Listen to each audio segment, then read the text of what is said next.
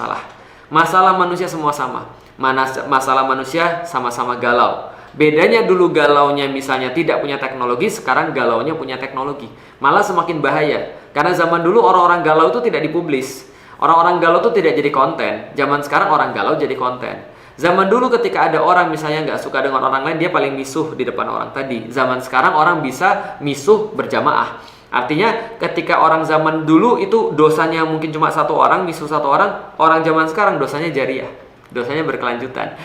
Ketika dia melakukan amal-amal yang buruk lalu ditiru oleh orang, atau misalnya mendapatkan faktor kali daripada amal-amal dosanya itu, ketika dia mencontohkan buka-buka baju ketika di media sosial, memamerkan aurat dan segala macam, itu semua adalah bagian daripada dosa jariah. Gak seperti orang zaman dulu. Ketika orang zaman dulu ya dia punya masalah juga, tapi karena dia itu sulit untuk nyari bahan pornografi, akhirnya dia nggak dapat.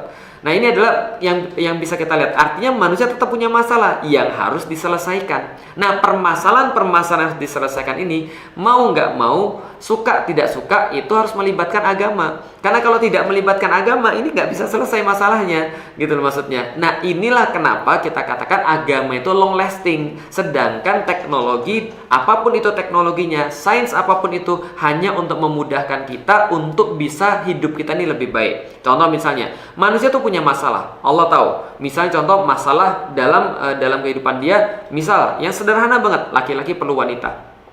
Maka kita nggak tahu nih bagaimana cara kita berhubungan dengan wanita. Karena kalau misalnya itu dibiarkan, berhubungan dengan wanita itu dibiarkan, trial and error, pasti nanti akan muncul masalah. Maka banyak orang-orang yang ketika berhubungan dengan wanita mau berhubungan dengan laki-laki, dia tidak pakai sebuah standar ataupun memakai sebuah indikasi yang jelas, maka dia pasti nanti akan mengakibatkan kemudorotan, mengakibatkan kesulitan bagi dirinya sendiri, mengakibatkan kehancuran bagi dirinya sendiri. Nah, Islam tuh ada untuk ngatur itu. Gimana caranya kamu berhubungan dengan seorang perempuan? Ya menikah. Kalau kamu sudah suka, ya menikah. Oh, tapi saya gimana caranya untuk mengetahui dia cocok atau tidak bagi saya? Ya, kamu bisa ta'aruf.